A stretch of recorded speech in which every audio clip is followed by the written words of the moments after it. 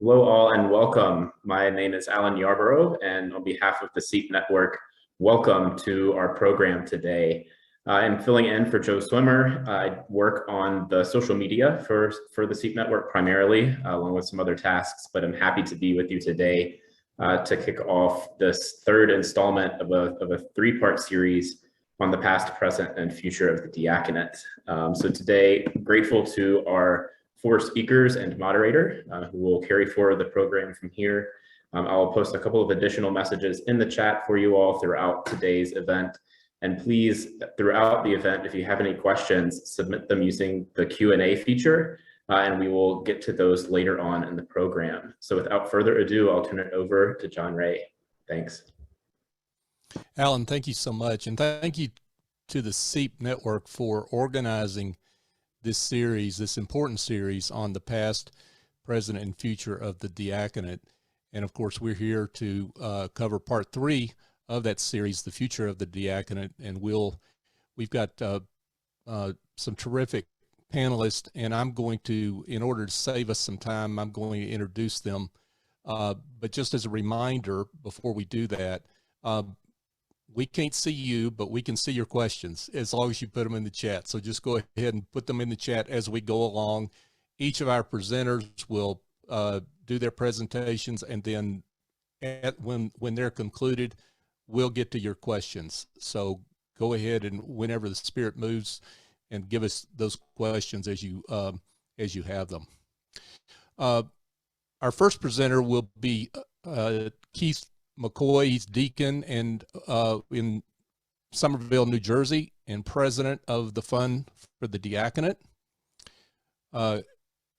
He is going to talk about the origin of the Fund for the Diaconate and how the fund is reinventing itself to address needs of deacons as we go into the future. Carole Maddux is an archdeacon in the Diocese of Atlanta and president-elect of AED, the Association for Episcopal Deacons, and she will talk about some of the changes at AED and the collaborative work that's going on between AED and the fund, which is called the Advancing the Diaconate campaign. John Owens is a deacon in Oakland, California. He will be, he's also chair of AED's Young Deacons Committee, and he'll be talking about how dioceses are changing formation, how they're doing that differently, and some of the opportunities in education for deacons. The Reverend Alistair Sochus, he's a priest and a data scientist. What a combination. That's something else. For the Church Pension Group, a talented man. And he is going to talk about trends that CPG sees for diaconal ordination and into the future. So without further ado, I'm Keith. I'll ask you to start. Okay, thank you, John, and good to be with everybody this afternoon. Let me take a few bouncing leaps through history before I get to the future regarding the Fund for the Diaconate. The fund was started back in 1927 as the retiring fund for deaconesses of the Protestant Episcopal Church in the United States of America. This was because the Church Pension Fund, which was started about 10 years earlier, declined to take in the deaconesses as clients. And the women decided that they would go and start their own retirement fund. I'm pleased to say that we're in much better terms with CPG these days than they were back then. But the women, the deaconesses, got together and they collected $200 that first meeting in 1927. And they said they wouldn't give out any grants until they could collect $50,000 to support those of their membership who couldn't serve anymore and needed to retire. They managed to collect that $50,000 by 1932 in the midst of the Depression. And they continued on with that good work for decades. In 1970, General Convention changed the canons, and we stopped ordaining or ordering deaconesses. Women could become deacons, and therefore they could join the church pension fund. And that's created something of an existential crisis for the fund, because women who were going into ministry were going into the diaconate and the priesthood, and nobody was joining the deaconess order of deaconesses anymore. And by the 1980s, the numbers had dwindled to less than 100, and the fund continued to support those who couldn't support themselves. 1989, they came to the question of whether they would go out of business or do something else, and they voted to let men in, and that's when we changed the name to the Fund for the Diaconate. And we didn't do much for the next 20 years except look at our bank accounts. And by the time we got to about 2010, we had over $2 million in the bank. And a lot of us on the board felt we need to do something with this gift. So 2014, we had a big board meeting in Hilton Head, and we developed our 10-year roadmap, which was designed to take us 10 years out and get us to be of more use to the diaconal community. We had a number of things that we needed to do along the way. We had to do some legal changes. We had to do some financial changes. There were some changes in the board and the staff. One of the things that we did do, we decided we were going to work more closely with AED, the Association for Episcopal Deacons. And we've been progressing. Sometimes the travel has been slow, like my trip on the Garden State Parkway this afternoon. Other times it's been relatively good. But here we are in 2022, and we're not just providing grants to deacons in financial need anymore. Or if you are in financial need, you don't have enough Social Security, you don't have a pension from your secular employer, things like that, we're still supporting you if you put in an application with us. We are supporting deacons who have emergencies. We helped a deacon last year with a medical situation. A couple of years back, there was a diocese that ordained a deacon to a particular ethnic group and gave him a credit card. And he didn't know what to do with the credit card except do ministry, and ran up 5 figures quite quickly. And we helped pay off that credit card. So we're still doing things like that. At the beginning of the pandemic, we instituted a new grant program called the COVID grants, where we provided approximately a week's worth of salary to anybody whose household had lost income due to the pandemic. Looking to the future, we are about to announce a new grant program that will support people who are in formation for the diaconate who are in financial need. We're also looking at other programs. We're also, at this very moment in time, doing a survey of all the deacons. Every deacon is automatically a member of the Fund for the Diaconate. There are no dues. And we sent out a survey about 2 weeks ago. Please fill it out, send it back, and that will help us make some decisions as we move into the future. We're taking on some more expenses from AED. For General Convention, we are paying for the booth for both of us, and we're also going to underwrite the reception for all of the deacons on the Thursday of General Convention. We need to be of more use to people, to deacons in particular. And so that's what we're looking to in the future. We've got the money to do it, and we're looking for ideas and your support. I think that's my 5 minutes.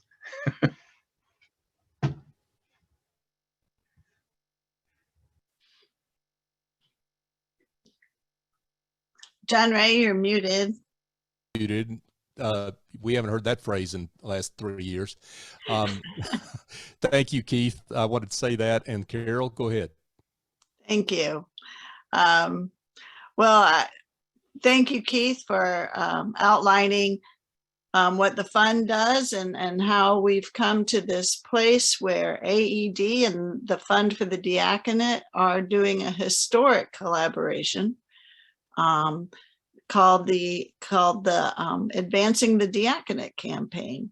So, but before I get into that too much, I just have to say how tickled I am whenever I hear about a organization, particularly a church organization, that has to vote to let men in.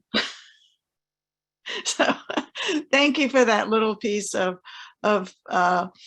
good news and humor for me today, and I'm sure for some of the other women who are watching too. So thank you. Anyway, so Advancing the Diaconate is a historic collaboration between AED and the Fund for the Diaconate.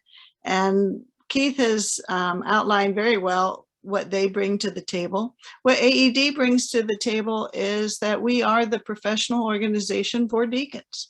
And as such, we work to support deacons throughout their lifetime, not just, at moments of extreme need or in retirement, but we work to help deacons and the diaconate and the church through discernment, formation, support of diaconal ministries and deacons, and then, we continue into support for retirement. Our support's a little different. We don't do grants, but we provide events and lots of resources. I hope you can go to our website, which is episcopaldeacons.org, and explore some of those resources that we provide, not just to deacons, but to the church. Advancing the Diaconate is a 3-year campaign, and we are asking people if you want to support deacons and the diaconate, and I'm going to tell you why you do want to, but we're asking people to either join or renew their membership in AED if they're not already members. And 2, we want you to donate to AED annually. And then 3, we want you to name the fund so that we can continue this good work in your planned giving. So that's in your retirement plans, your will. There's all kinds of ways to do that, and we have people who can help you with that if you're interested. So this is a truly historic collaboration between the two organizations, and I think it will only make both of us so much stronger. And I told you that I'm going to tell you why you want to support this, and that's because the future of the diaconate, I firmly believe, is the future of the Episcopal Church. And I know that that sounds really strong, but I don't think it's too strong, to tell you the truth. We know that the church and the world has been changing in ways that we couldn't imagine 50 years ago. And yes, I'm old enough to remember 50 years ago, but I was a child. I will say that.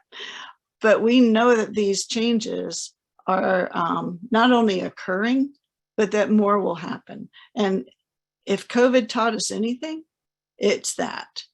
There are some profound changes, not just in the church, but in our communities that we have to adapt for. And the diaconate is uniquely situated to be able to do that. We are the order that has traditionally largely been bivocational. That is not a pivot for us. Most of us are very equipped and knowledgeable around how to have ministries in the world and a vocation in the world and in the church. Deacons know where the people are hurting and hungry for God. The world doesn't look like it did in the 1960s. We have huge numbers of people where the church, I'm sorry, I'm getting backed up, but that are so hungry to hear the love of God. And it is not necessarily within the 5 blocks around our Episcopal churches. We can help the church reach into those areas. And I say that as someone who helped to start an ecclesia ministry on the streets of downtown Atlanta.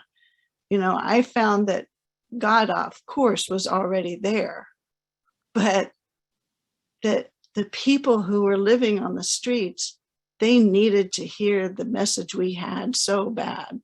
And it wasn't a message that they knew they could access in the churches. Deacons are the people who can lead the church into the places it needs to go. We grow from the margins. And deacons, as the order that's charged with being that prophetic voice to the church, we know the Lazaruses that are at our gate. We can bring that to the church. If we want the Jesus movement to grow and to help spread the love of God throughout this community and this country and this world, and lead the church into that work, it's the deacons who know how to do that. So by supporting Advancing the Diaconate, and by supporting deacons, and by growing the diaconate, which we'll learn a little bit more about later, this is how we can help provide a future and a brighter future for the church and for our communities. Thank you, Carole. And a bunch of amens are in the chat for what you had to say. So thank you for that. Now, John Owens. John? Thank you, John. So I'm here to talk about from the perspective of a young deacon, and I want to start off sharing a little bit about my story. I have been ordained for about 10 years. I was ordained at age 31, which is very young for in the diaconate world. And my CPG colleague may be able to kind of reiterate in case I get some of these numbers wrong, but you know, the median age of a deacon is 66 years old compared to the priesthood that's 62 years old. Now, I want you to think just for a second, what does that mean for the church if the median age is 66, mandatory retirement is 72, that's 8 years away. What does that mean for the church 8 years from now? What will the diaconate look like? Now, I want to use the word 50. Under the age of 50, we call young deacons, and there's only 350 of us across the United States. That's a tremendous number to think about when we're thinking about who are our deacons and who's going to be the deacons for the future of the church. And what does it say about the state and health of our church? Now, I don't know about you, but every parish I've ever been in always talks about wanting to attract young families, younger people. But are we attracting younger people to ministry? And I think that's one of the conversations we need to have. And what does it take to encourage younger people to ministry? So when I was ordained at 31, I will tell you, here in the Diocese of California, there was no one near my age, no colleagues near my age, or maybe there were some priests in seminary that I could kind of spin around.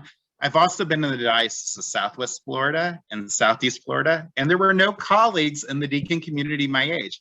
It wasn't until I got to go to an AED triennial event where they tried to get a group of us together as kind of an affinity group to be able to realize there were people, in fact, our age, but there weren't many of us. And so we created this committee on trying to figure out how dioceses can respond and figure out why younger people don't respond as much to this call. And there's a lot of reasons. I will tell you, Commission on Ministries need to learn more about what the diaconate's about and quit just automatically assuming young people are called to the priesthood.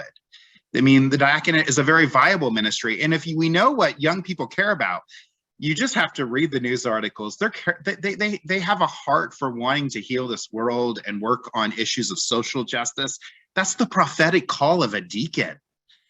And yet we also know that millennials are buried in student debt. And when they're trying to take on or consider raising a family, people aren't necessarily going into family mode. And you want to compound with the fact that dioceses still want deacons to pay for their deacon formation. And I saw that was a comment in the chat. How much are we subsidizing or making that free for young people? I can tell you it would cost approximately in the Diocese of California $2,000 a year to go to deacon school. It's $1,000 per term. Then you got to add books on that. Now imagine if you're raising a family, you're in your 20s, inflation has gone up. We know that people can't afford homes like they used to. What are we doing in order to do that? We also know that formation is done locally for the diaconate. So it's really up to a diocese how they're going to curtail it. There are 7 canonical areas in formation that they have to adhere by, but there's a lot of latitude in how that's being formed. AED has competencies that a lot of people are using to help form these communities. But here's the great thing. I can tell you, when I served on the School for Deacons board here in California, I advocated 10 years ago about why isn't this online? Why are we not moving in this direction? And slowly we're seeing the need for this, especially because again, it's formed locally. You can imagine if you're in someplace in a rural state and you want this young person to take time from their family to come down for a weekend every 3 weeks, that doesn't make a lot of sense because they're going to sleep 5 hours, stay overnight. And formation doesn't need to be done that way. I mean, we've seen, especially with COVID, how much can be done online. College and universities are doing a lot of things online. I'm a PhD student in Florida and I live in California, you know, and I do this virtually online. And so there's a lot of great ways that we need to be asking the question, what are the barriers and why are we still doing the things the way we've done things 10 years ago, 20 years ago? It's time for the church to modernize when we think about that. One of the other things you're also seeing in our church today is the conversation, should deacons be paid or not? And I will tell you, if we go outside the Episcopal Church and look at our Lutheran brothers and sisters and our Methodist brothers and sisters, deacons do in fact get stipends and they're paid. And yet we're still talking about that. And you're seeing slowly the conversation roll out diocese by diocese at diocese conventions. We did in California, we went by rote of the bishop and we're putting it in all our deacon letter of agreements to require a stipend because that gives you access to CPG benefits. And so again, these are the conversations. What are the barriers? How do you entice? And my last standpoint I want people to think about, quit waiting for someone to come to you. You know, if you go into the corporate world and think of best practices, they have headhunters looking for the very best and talented people. We should be doing that in our congregations, looking for those people, and we approach them and say, have you considered? We should be putting pamphlets at diocese convention that says, look, the diaconate is a really wonderful opportunity here, and getting people really to have these conversations, because we sometimes keep the diaconate as the best kept secret. And you know, there's actually more people in deacon formation right now across this country than there are people going for the priesthood. That's another way to think about how are we going to utilize deacons in the future. And with that, I turn it over.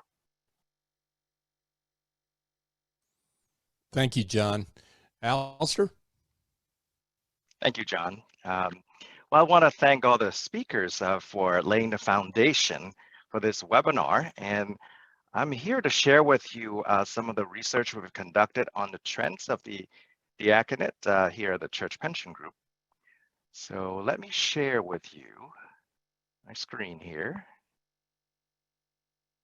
So hopefully you can see clergy in good standing by clerical orders. I think this is a good place for us to start. And in the chat, I noticed there were some questions about the number of clergy in the Episcopal Church. So this gives you a very interactive look here. So as you can see, there's a huge number of priests, 14,000 plus, but keep in mind, we're talking about both active and retired, anybody living. So the active number of priests is about 5,000 plus. And then we have 288 bishops, both active and retired. Active probably around 100, 110. And then 3,471 deacons. This number includes transitional deacons, which at any given time ranges between 200 and 300. So given that, right, 3,000 plus deacons, actually the diaconate has come a long way to get to this number.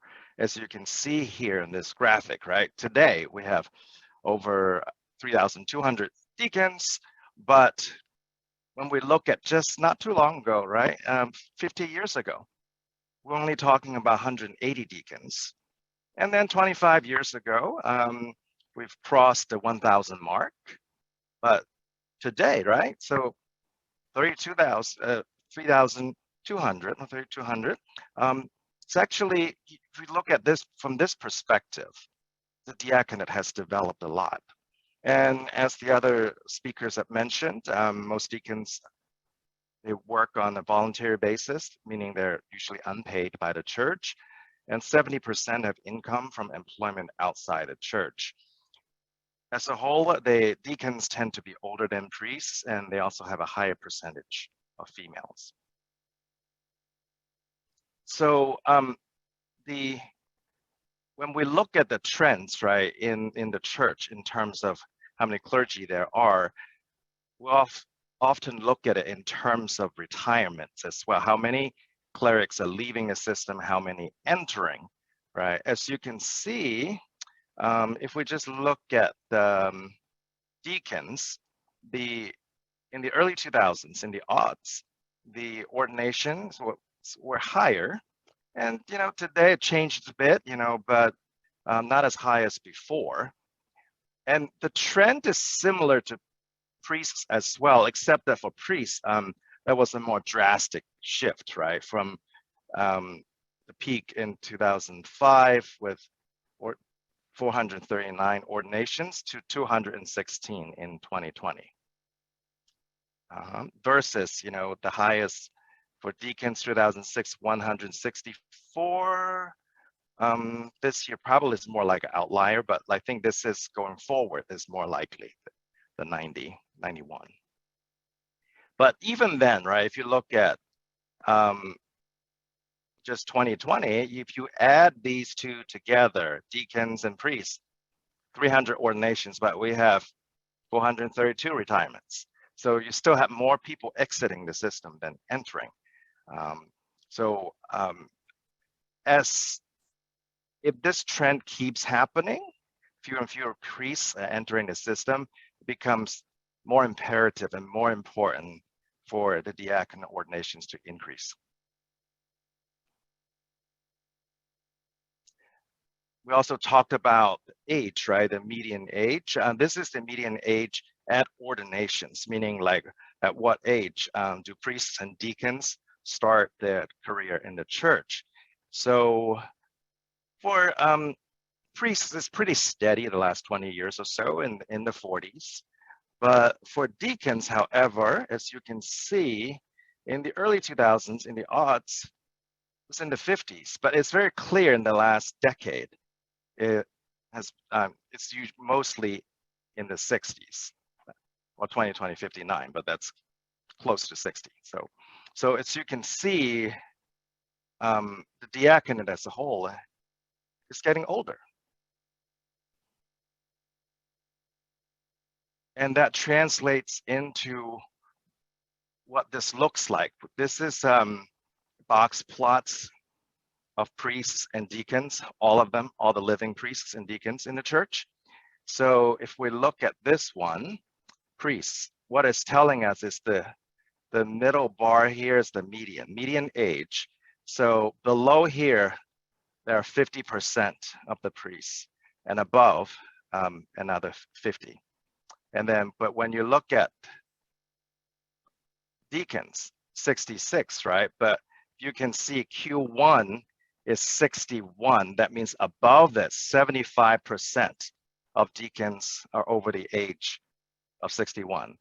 While for priests, Q1 is 49. That means 75% of all priests are over the age of 49. All right, so it certainly we could see that as a whole, deacons are much older.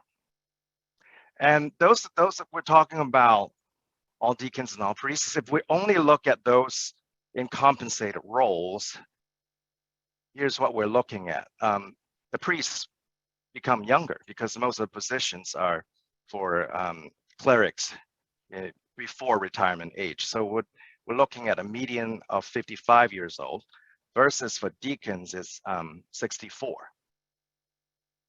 So what that means is, comparatively speaking, even for deacons who are compensated, they tend to have a shorter career span than priests.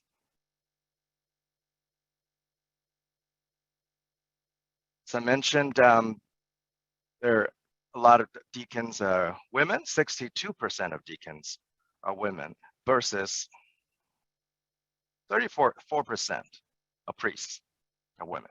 So we're talking about percentage. The absolute numbers, of course, there's still more priests than deacons. So this is female priests. Of all priests is 34%. And when we look at, again, female for deacons, 62%. So that's kind of almost a reverse, right, scenario for priests and deacons. So now, where do the deacons serve, right? You might ask. So here's a map showing us, these are not by states, but by diocese. That's why there's Navajo land somewhere there. So it's if you find it a little strange because they're not all by states. So it shows you where they're all located. And you may remember, like, since we just talked about it, there are 3,200 deacons. Well, how come I only have 2,700? Well, those are the ones that we know where they are. So if they, for some reason, haven't given us their location, so we don't know, like, but they're there. So there's a few hundred more. So based on this, right, it looks like the Diocese of Central Florida has the most deacons, followed not close even, followed by, this is Arizona and New Jersey. But also in the Midwest, you have some higher numbers as well. And then I saw that there's a participant from Hawaii, right? So we have 11 there, you know, is that number correct? Yeah, so, yeah. So, let's see. So you saw like a general map of, you know, what each diocese, how each diocese is doing in terms of the diaconate. Here is a more condensed look for us. If we just divide the US into the different geographical regions, South, Northeast, West, and Midwest, this is what we're looking at. The South, where the church is the largest, has the most priests and deacons, followed by the Northeast, right? And then for priests, it's very interesting. They have like a kind of descending numbers as we go more west. But for deacons, except for the South, they almost have equal numbers, right? In the Northeast, West, or Midwest. However, if we just look at the compensated priests and deacons, the picture changes somewhat.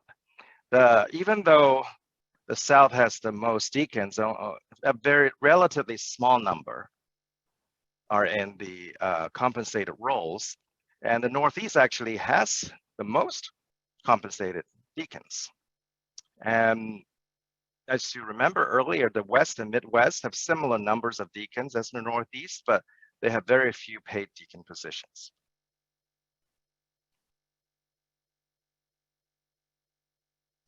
So in conclusion, some of the insights that we can see to help with a discernment here for the future of deacons is that, you know, what we noticed recently is at least that the deacon entrants are getting older. And if we're talking about the compensated deacons and having diaconate being a paid position, there certainly appears to be more potential for paid deacons in the South. So as you saw in recent years, ordinations are decreasing somewhat compared to the height in the early aughts, but we still, regardless of that, have the highest number of deacons when we look back further in the trajectory of the last 50 years. So I think the diaconate is full of hope going forward. Thank you. Alistair, thank you. So we have been collecting questions that have been coming through both through the Q&A and the chat. Keep those coming, please. And we'll get right to it with several fairly direct questions about stats. Alistair, if we can start with you. And how does your data factor in two big issues? One, that deacons don't really retire per se, that they stay on past the mandatory retirement age of 72 and they keep serving. And that for many years, deacon ordinations did not show up in the stats because ordinations were not recorded. So, yeah, very good questions. The first part, in terms of deacons, not really having retirements, and that's why we showed you a comparison of all priests and all deacons. So then retirement is not a factor because we're looking at the entire population. And then we looked at those deacons who may have a more traditional retirement because they're in the church pension fund and they have a paid positions, and compare that group with the active priests. That's how we arrived at that comparison. And then also it's important to mention that yes, one may retire, officially from the church pension, but at the same time, there's something called retired while working. So we have many priests, bishops too now, in that situation. So there's a limit of how much they can earn per year and still receive their retirement. So it's not just deacons. We're seeing it more common in all orders of ministries right now. So, got it. And then John, what was the second one? The question, second. It was how deacon ordinations don't show up because their ordinations were not recorded. Yeah. In our presentation earlier with the board of AED, this came up as well. Over the years, as recorder of ordinations, that's one of the functions of CPG, we have made a concerted effort to get more data from deacons, and that's why we have what we have today. There may still be unrecorded ordinations, but we're pretty confident right now that we captured most of the ordinations.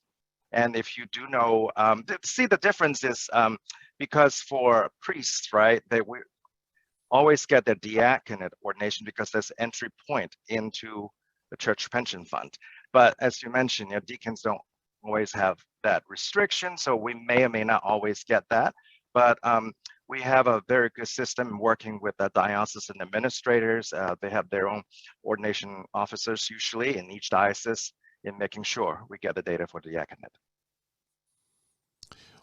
We've got several folks that are volunteering that there are different numbers of deacons in their diocese than what is reflected on that map. Where can they send that data? Oh, you can send it. There's several places. The research at cpg.org. You can do that, and then because we work with the recorder of ordinations, the Office of Recorder of Ordinations, then we'll have staff to contact you and direct you how to officially enter that so it's in the system. So let me put in the email that's easy to remember in the chat, research at cpg.org. Yeah. Terrific. Thank you. Thank you. Another stat question, the percentage of deacons that are compensated, do you have data on that? It's a relatively small number. We're looking about 150 out of the 3,000.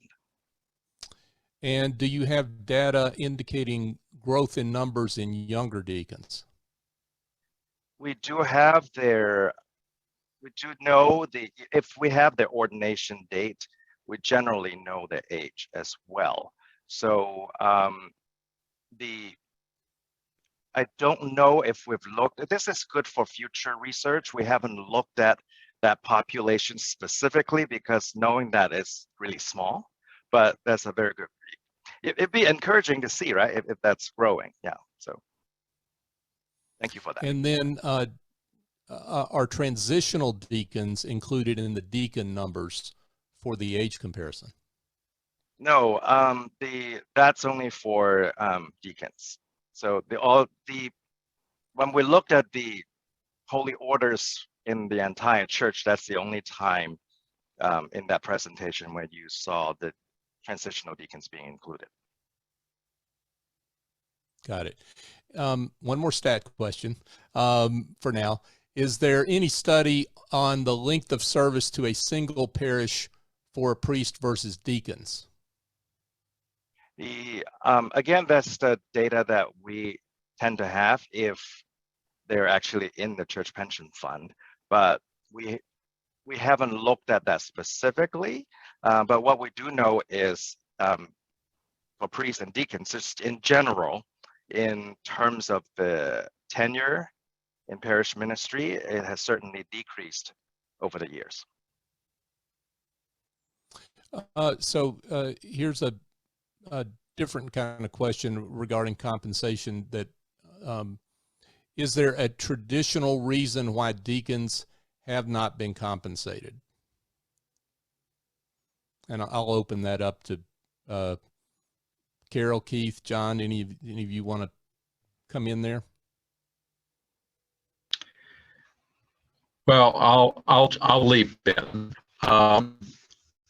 I think part of that probably stems back to the post-World War II era when men were ordained to be deacons and really were glorified chalice bearers. And Lori Mills-Curran has done a lot of research on this, so I'm trying to pull out what I remember of what she's talked and written about. So that when the current diaconate got revived starting in the 70s, that tradition sort of continued where men and women were ordained to non-stipendiary ministries while they continued with their regular job as a banker or a school teacher or mechanic or what have you. And that sort of continued down to this day. Carole, John, do you want to come in on that? I can chime in. You know, there's still there's this mentality we have in the church, but we've always done it that way. I'm sure you've all heard that, right? And you know, and so we started off this way. But let me tell you, despite you know the idea, I mean, volunteerism is great. I mean, I don't want to discourage volunteerism. But again, think about what you require a deacon to go through. You require them to go through years of schooling. You require them to give 8 to 12 hours a week in a parish. So these are all the things that go in like a standard letter of agreement. And then you say, oh, and then you still have to support yourself. And you still, well, when we're a church that likes to talk about social justice, what does that say? Does that say, you know, I know we have conversations about fair wages and all sorts of stuff. Let's talk about honestly the why and what's fair. You want this person to volunteer their time when they're supporting a family. They have all these other things, and yet somehow, I mean, you usually pay a youth minister. You usually pay your parish manager. There's all sorts of jobs you have in the church, you know, and I think the diaconate has hopefully evolved away from the glorified chalice bearer. So what it starts saying to me is that those who have money and have time to volunteer can become deacons, and those who can't, sorry, you're out of luck. I had a deacon here in this diocese, Deacon Jennifer Nelson, when we started talking about stipends in this diocese, she compared it as a minority to slavery. And I want you to think about it. When a deacon who's in the minority says, this is institutional slavery. And that really hit hard with me as a testimony to thinking about the wide. I don't care what the bishops say. I think if we're going to talk about fairness, it's time to be fair. And if you want certain things and you want certain people to do certain things in a church, we can't always expect it to be free. You know, you hate to say it, you get what you pay for. I'll jump in too.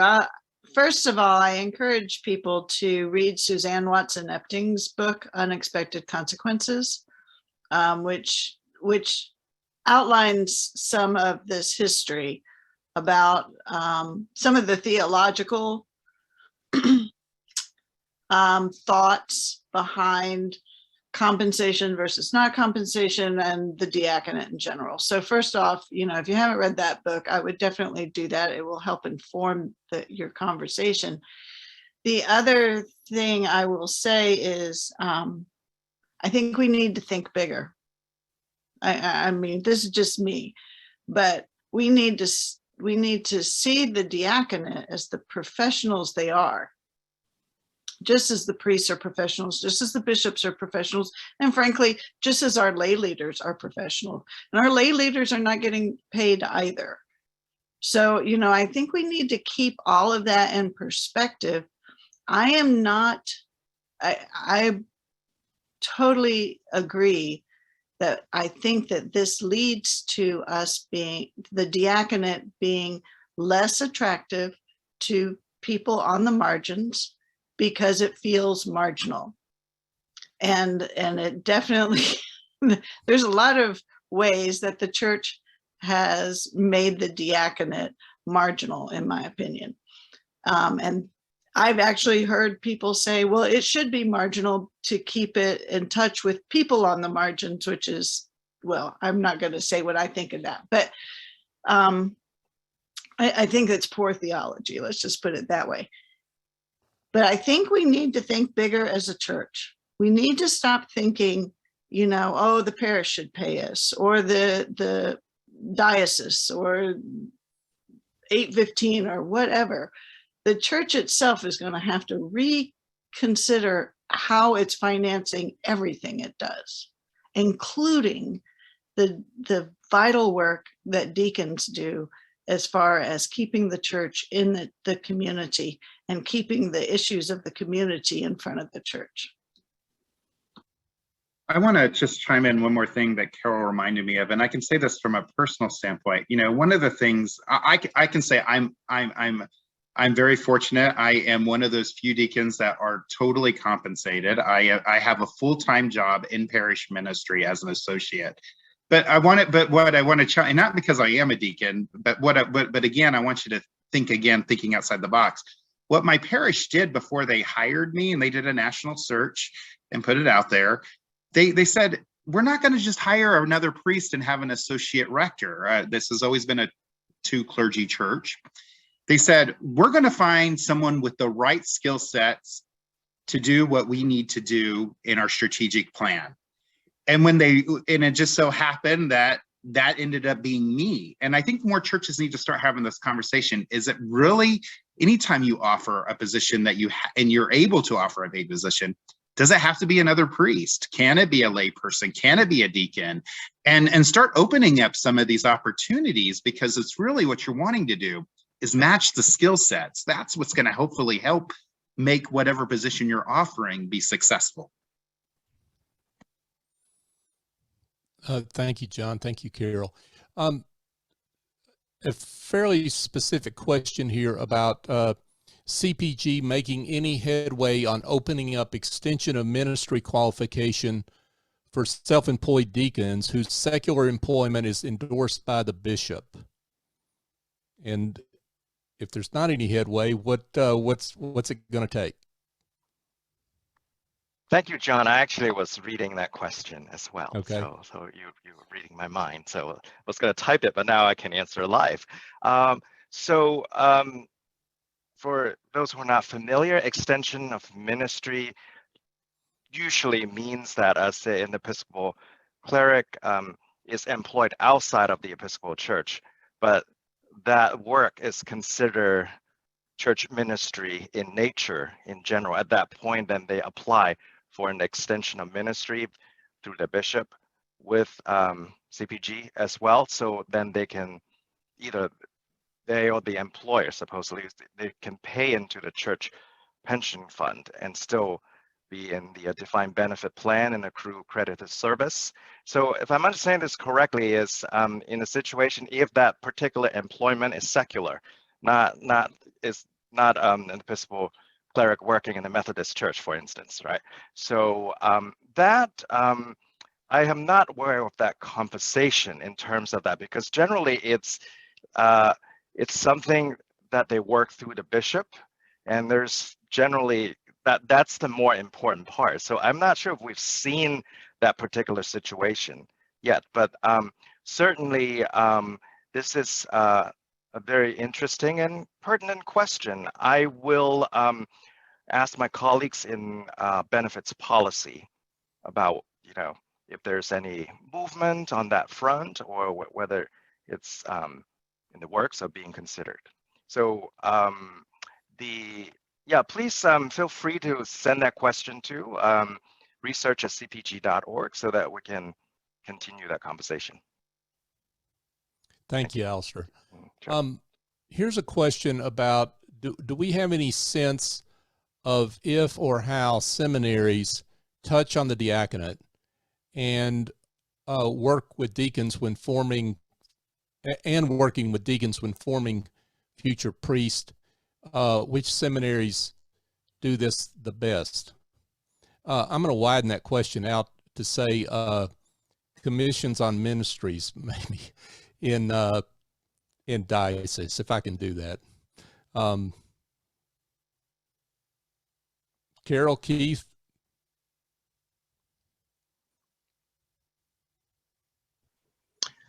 I responded to that in the chat. And I've been ordained for 37 years. And I would say that things have gotten better, at least here in the East. When I was first ordained in '85, I would encounter periodic hostility to my being a deacon. I got cornered by a clergy couple once at clergy conference and harangued about how I was stealing their jobs because the bishop was willing to deploy people like me for free, and we're going to take away the paid jobs that they were getting. I haven't seen that for a good 15, 20 years. But again, that's Northeast America Episcopal Church. I don't want to speak to other areas where some of those old attitudes may still obtain. But I think overall, the priests that I meet these days welcome working with deacons. I want to chime in there because you talked about seminaries. And, Keith, you might want to mute yourself. You're backlogged. Okay, so because you said seminaries are best, well, again, I want to reiterate, deacons are local formation, so it's by diocese. We don't typically go off to standard seminaries, and so it's really hard to measure who has the best program per se. But I think dioceses are doing the best they can to figure out what fits in their context, because every diocese has a different context for ministry. Some dioceses do this with other dioceses, like in the Northeast, the New England diocese, they pull their resources together and form one school for all the deacons to be formed at. Some of them go at it on their own. We do know that Seminary of the Southwest has the IUNO initiative, which many dioceses take advantage of. Seabury Bexley Hall does a lot of partnerships with AED, and they're very good about working with deacons about creating formation. So deacon formation and seminaries are all over the maps, but there really is no actual full-blown deacon program at a seminary, a traditional seminary per se. Well, yeah, I'll build on that if that's okay, John. both Johns. And both Johns are correct. It's all over the map. I don't have a lot of knowledge on the curriculum of every seminary within and outside Episcopal seminaries, but I look forward to the day, since this is about the future of the diaconate, I look forward to the day when we have endowed chairs at every seminary for diaconal theology. Amen to that. Now, and here's a follow-on question about, I think, and clarifying it, that how are seminaries educating future priests about the diaconate? Does anyone have any sense about that? The comment is, I continue to find newly minted priests who are ignorant or full of very old-fashioned and constrictive ideas about the diaconate.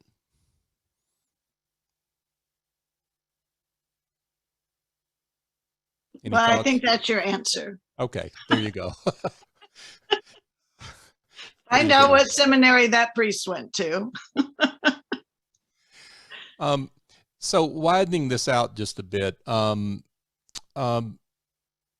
let's answer the basic question of why it might benefit a parish to have a deacon, and why the ministry of a deacon can allow the church to do different kinds of ministry.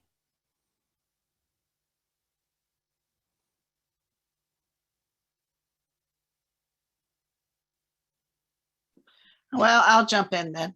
I think that I go back to something actually that Suzanne Watson-Epting said to me a long time ago when I was first ordained. And we were talking about the approach of some dioceses to the diaconate. Well, let me explain. I explained to her that my formation was delayed because our bishop retired and they didn't know if the next bishop would want deacons. So they stopped the deacon program. And Suzanne just looked at me and in her bland way said, well, that makes it sound like an optional order, which has always made me think about the fact that we don't treat any other order in the church as if it's optional. And we shouldn't be treating it that way at CPG. We shouldn't be treating it as we don't. And we shouldn't be treating it that way at the diocesan level, but we shouldn't be treating it that way at the parish level either. You know, if your parish is not doing diaconal work, it's unbalanced. You know, you're not whole in the way that the church can present itself to their people and to the world. And so I think to me and to any of us who work in diaconal work, you know, it's clear that, you know, parishes benefit from someone who is there, whose charism is all about bringing the church to the world and the world to the church and the prophetic life, and helping people lead fully into their diaconal vows. And I just, you know, to me, it's a parish that doesn't have it doesn't mean a parish that doesn't have a deacon can't do that. And unfortunately, we don't have enough deacons for every parish to have a deacon. But it does mean that they have to work harder at it than if they had a deacon there to help them.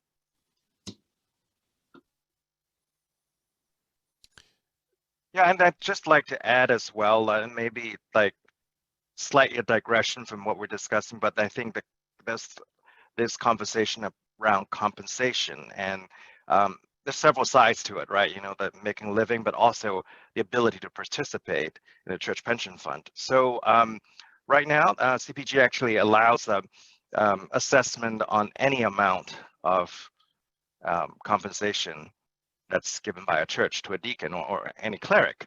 So, and I understand there's some dioceses are having this conversation about giving their deacons a minimum stipend so that they can then qualify to be in the church pension fund and be able to get some benefits when they do retire. So we're at the top of the hour and we've got a few more questions, and for those that need to get off and go do other things, this session is being recorded. It will be posted on the SEEP website, and I know they have a YouTube channel, I think, where all this will go. There was a question here about whether the slides will be available, and the answer is we think yes, and also the chat. So we think yes. So Alan, did I get that right? Hopefully. So yes, that should be right. Thank you. So if you need to jump off, great. There'll be a recording so you can get the tail end of this, but just a couple of other questions here as we wrap up. The legal protections for deacons in their roles. Will the national church support them?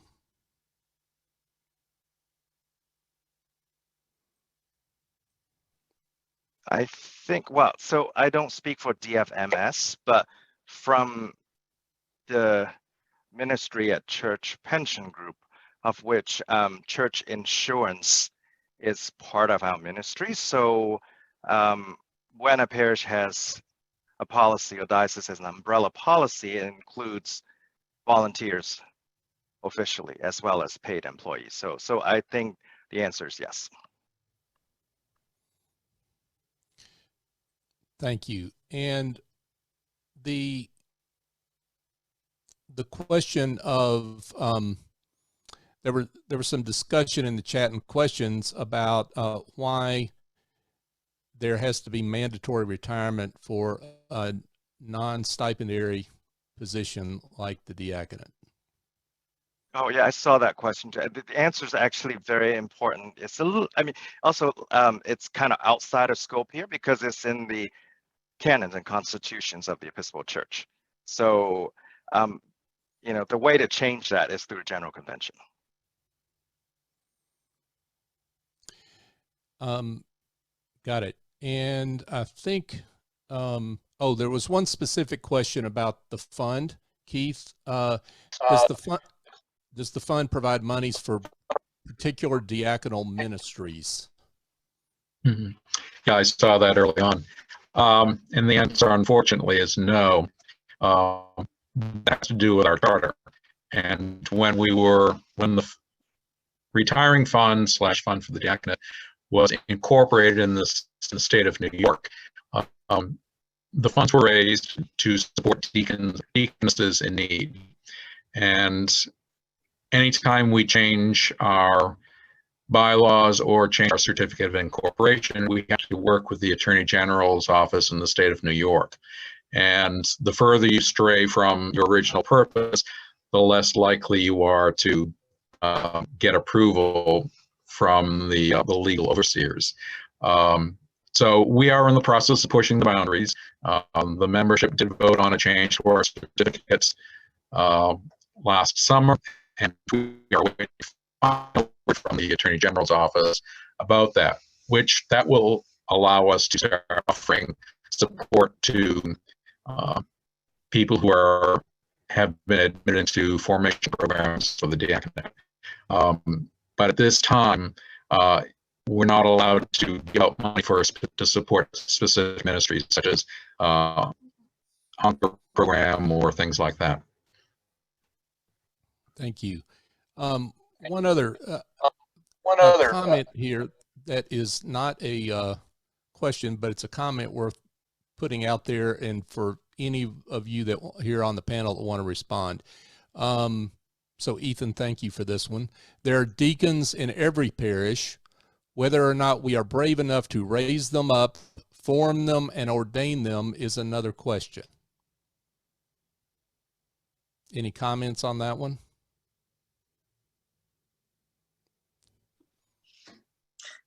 I believe there's, to some way, a deacon inside of every Christian, right? You know, I mean, but you, just as there's a priest, and dare I say it, maybe a bishop inside of every Christian, who knows? But the point is, And it's a good point. Are we doing everything we can as a church, as a parish, as an Episcopalian to help identify and nurture and put forth people for the diaconate? And obviously, in my opinion, the answer is no, we're not doing that. There's a variety of reasons, some of them good, some of them not so good, about why we're not doing that. Some of it is simply the numbers, as Alistair was showing us earlier. Well, 50 years ago, when I was a, kid in the Episcopal Church, I'd never seen a deacon. It was, I can't even remember, probably the first time I saw a deacon was in the 1990s. And, how can you know you're called to something that you've never seen? I mean, I even ask priests that all the time. How would you know you were called to the priesthood if you'd never seen a priest? So there's an issue with just numbers and spread, geographic spread. We have whole convocations in our diocese that have no deacons. So that's an important piece, but we have to talk about it. We love the diaconate, and we need to share that with people. We know that there are a lot of challenges to being a deacon, particularly a young deacon or a deacon of color. Excuse me, but we still have an obligation to share the passion and love and satisfaction and just joy that this call brings to us. And so I think the more we do that, and the more we stand up on top of the altar or wherever, hopefully metaphorically, and shout the joy that we have in this ministry, the more people will be attracted to it. I think that's a good way to end. Carole Maddux, Keith McCoy, John Owens, Alistair Sochus, thank you, all of you, so much for coming and sharing your thoughts and your experience and your wisdom with us. We really appreciate all of you and the work you do. Thank you. And thanks again to the SEEP Network for organizing. This has been the series. It's been terrific. We appreciate the work you do, and thank you for that. I think there were some resources that were in the chat, and website addresses that were in the chat. If there's anybody that wants to give that any of that at this point, just to make sure that got seen. Keith, you wanted to start and give the fund for the diaconate coordinates?